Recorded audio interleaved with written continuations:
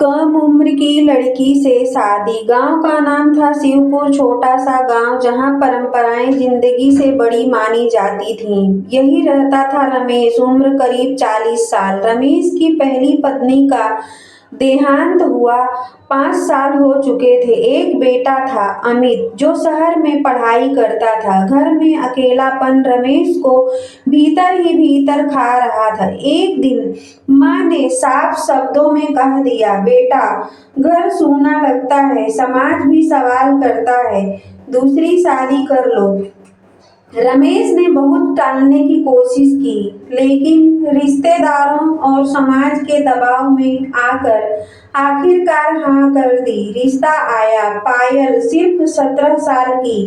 रमेश के दिल में हलचल मच गई। इतनी कम उम्र की लड़की। लेकिन माँ ने समझाया, आजकल यही चलन है, लड़की समझदार है। शादी हो गई। ढोल नगाड़े बजे, मेहमान आए गए, लेकिन रमेश के मन में शांति नहीं थी। पायल जब घर आई तो उसकी आंखों में डर था, एक अनजाना डर।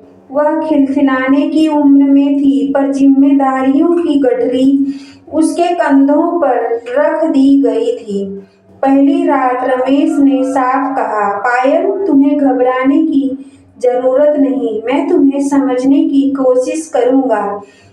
पायल की आंखों से आंसू बह निकले। मैं पढ़ना चाहती थी, टीचर बनना चाहती थी, उसने धीमे स्वर में कहा। रमेश का दिल कांप उठा। उसे एहसास हुआ कि उसने समाज की जिद के आगे एक मासूम सपने को कुचल दिया है। दिन बीतते गए। पायल घर के कामों में लग गई, लेकिन उसका मन किताबों में भटकता रहता। रमेश यह सब देख रहा था। एक दिन उसने पायल के हाथ में पुरानी कॉपी देखी। ये क्या है? मेरी अधूरी पढ़ाई, पायल ने कहा। उस रात रमेश सो नहीं सका। उसे अपनी बेटी से जलन लगने वाली पायल के भविष्य की चिंता सताने लगी। सुबह उसने बड़ा फैसला लिया, पायल, तुम फिर से पढ़ोगी। पायल को यकीन नहीं हुआ। सच? हाँ, रमेश ने मुस्कुराते हुए कहा। गलती हो गई है, लेकिन उसे सुधारना मेरा फर्ज है। गांव में बातें फैल गई। लोग ताने मारने लगे, कम उम्र की पत्नी को पढ़ा रहा है, घर की इज्जत मिट्टी में मिला रहा है। लेकिन रमेश डटा रहा। उसने पायल का दाखिला पास के स्कूल में करवा दिया।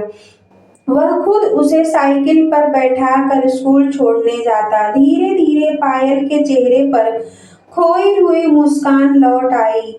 कुछ सालों बाद पायल ने 12वीं पास कर ली। अमित भी शहर से लौट आया। उसने पायल को सम्मान दिया, माँ जैसा दर्जा दिया। घर में अब डर नहीं, अपनापन था। एक दिन गांव की पंचायत में रमेश को बुलाया गया। लोग फिर सवाल उठाने लगे। तब पायल आगे बढ़ी और बोली, अगर मेरे पति ने मुझे पढ़ने का मौका न दिया होता तो आज मैं जिंदा होकर भी मरी हुई होती। पूरा पंचायत सन्न रह गया। समय बदला। पायल ने बीएड किया और उसी गांव के स्कूल में टीचर बन गई। वही लोग जो कभी ताने देते थे, आज अपनी बेटियों को पायल के पास पढ़ने भेजते थे। रमेश अक्सर खुद से कहता, शादी उम्र से नहीं, समझ से चलती है। औरत को बोझ नहीं, भविष्य समझो।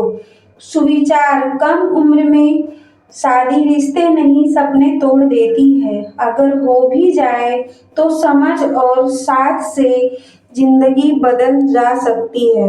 यह कहानी सिर्फ रमेश और पायल की नहीं, उन हजारों लड़कियों की है जिनके सपने समय से पहले कुचल दिए जाते हैं। बदलाव वहीं से शुरू होता है जहां एक इंसान गलत परंपरा के खिलाफ खड़ा हो जाता है। गाइस, इस तरह की इमोशनल स्टोरी आपको पसंद आए तो चैनल को लाइक और सब्सक्राइब जरूर करना। Thank you guys.